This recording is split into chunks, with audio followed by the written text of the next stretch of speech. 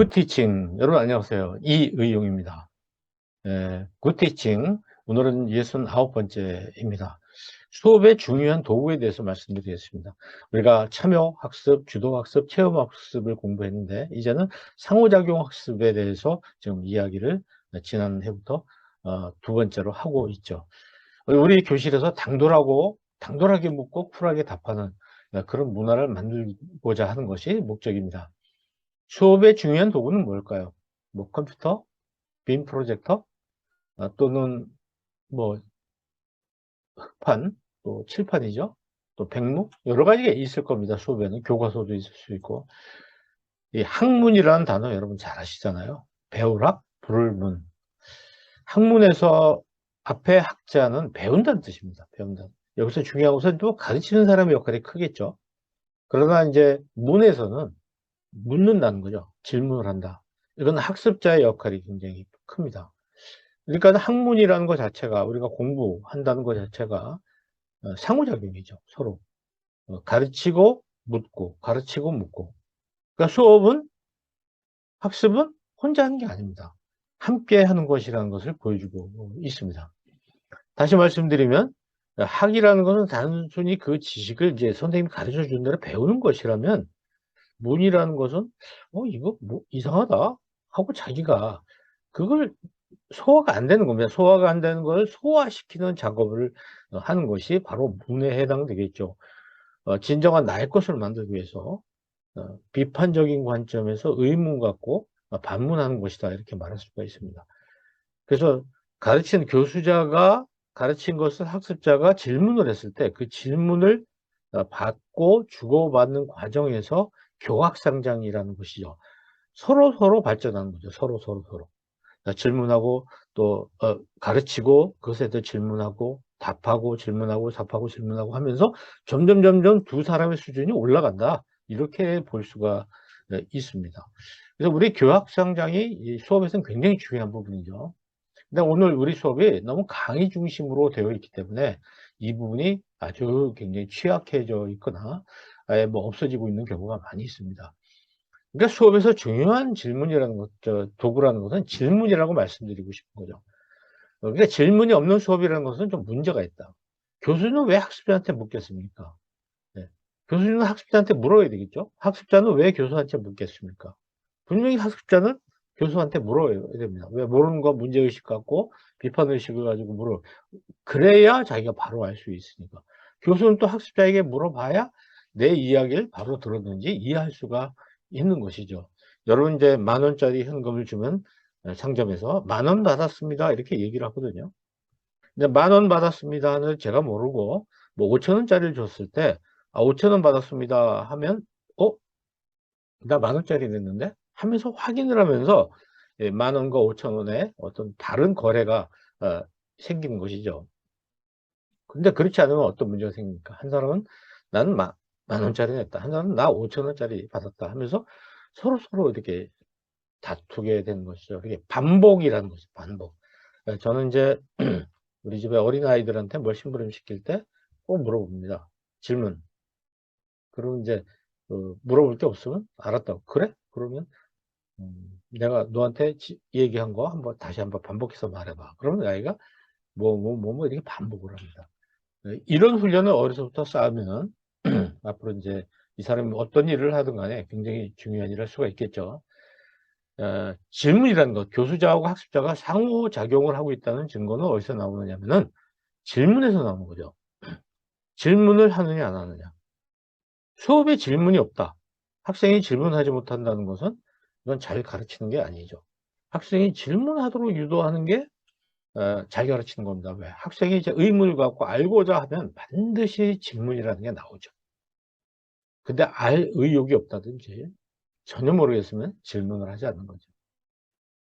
예수님은 성경에 보니까 304회 정도 질문을 했던 걸로 나오네요. 이 질문은 굉장히 많은 힘을 가지고 있습니다. 배운 내용의 인지 정도를 확인해 주고요. 또 적절한 피드백 기준을 만들게 합니다. 아는 것과 모르는 것을 이렇게 확인하게 해서 성취 수준을 알게 해주죠. 그리고 보완 의욕을 갖게 해줍니다. 아, 나 이거 모르네 하면서 더 공부해야 되겠구나. 또 무지와 자각, 또 탐구 의욕 이런 걸 만들고, 생각하는 힘, 기회, 또 생각하는 힘, 비판하고 성찰하는 능력, 이런 것들이 막 생깁니다. 그리고 적극적으로 참여하고 학습해야 되겠다. 이게 이제 질문은 상호작용에 굉장히 중요한 기초가 되기 때문에 우리가 질문을 굉장히 활성화시켜야 되는 것이죠. 그러니까 수업이 설명과 질문으로 계속된다면 성과가 굉장히 높을 것이라고 생각합니다. 앞 시간에도 말씀드렸지만은 교수자가 학습자한테 묻는 것이 굉장히 중요한 학습의 방법이죠. 이것을 제대로 활용하는 분이 이제 소크라테스입니다. 근데 학습자가 교수자한테 계속 질문하게 만들어서 그 답변을 해주는 방식이 이제 공자형이고요. 이것을 종합한 것이 이제 예수님의 방식이죠. 근데 이제 하브루타형이라는 게 이제 요즘 굉장히 뜨고 있습니다. 그거는 학습자와 학습자가 서로 주고받는 이야기들. 사실은 뭐 이런 여러 가지로 종합한 형이기도 한데요. 유태인들에게서 많이 활용되고 있는 것입니다. 그래서 이런 상호작용이 있어야 이 수업이 잘 됩니다. 여러분은 어떤 스타일, 어떤 형입니까? 공자형입니까? 소크라테스형입니까? 예수형입니까? 아니면 하브루타형입니까? 여러분의 그 유형을 한번 생각해 보는 시간이 되면 좋겠습니다. 우리들의 수업은 대개 이렇게 골방에 들어가서 혼자 공부를 하거나 독서실에 가서 혼자 공부를 하거나 또는 교실에 앉아 있다 하더라도 옆 사람과 사실상 칸막이를 하고 말을 하지 않고 오직 선생님만 바라보는데 또 선생님이 일방적으로 얘기하는 것만 되지 학생에게서 핑퐁이 되지 않는 이런 것이 우리 교실의 분위기라고 볼 수가 있습니다. 그래서 무조건 주입을 하는 거죠. 모든 사람에게 똑같은 처방을 하는 것입니다. 똑같은 주사약을 다 집어넣는 이런 주입식의 공장형 수업이 우리 교실에서 이루어지고 있습니다. 이런 상호작용이 없는 암기 위주의 주입식 교육, 이것이 생기면 어떻게 되냐면 학습 동기가 굉장히 낮아집니다. 공부하는 학습자의 동기가 낮아지니까 공부할 의욕이 떨어지는 거죠. 그러니까 대학 같은데, 대학의 예를 들면 대학 교육의 질이 떨어지는 거죠. 이미 이제 중고등학교는 다 이미 떨어졌고요. 그 다음에 문제는 이제 이 사람들이 사회에 나와서 일할 때, 산업사회에서 일할 때 직업 역량이 굉장히 떨어지는 거죠. 이래서 국가적으로, 사회적으로 손해다. 이런 말씀을 드리고 싶습니다. 그래서 나는 내 수업에서 어떤 상호작용을 하고 있는지 이것을 여러분 한번 생각해 보셨으면 좋겠어요. 저는 뭐 이렇게 강의하러 가서 심지어 이런 말씀도 드려요. 상호작용 안 하려면 가르치지 말아라.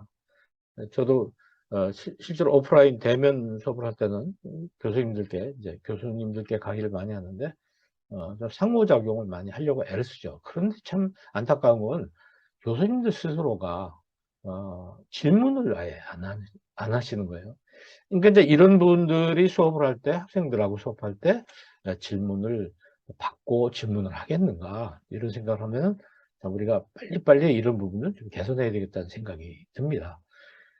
참여시키고의 수업을 또 학생에게 많은 수업의 내용을 맡겨서 주도하도록 하고 직접 해보도록 체험학습을 하는 것 못지않게 이제는 교수와 학생이, 교수자와 학습자가 상호작용하는 것에 대해서 지금 13번 정도 계획을 세워서 지금 여러분께 강의를 해드리고 있습니다.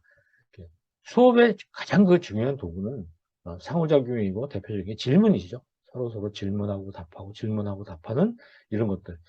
그래서 우리 대학의 강의실이 당돌하게 학생들이 막 묻고 교수님은 또 쿨하게 답하는 그런 분위기, 그런 수업이 되기를 바라면서 오늘 강의를 여기까지 하겠습니다. 굿 티칭. 감사합니다.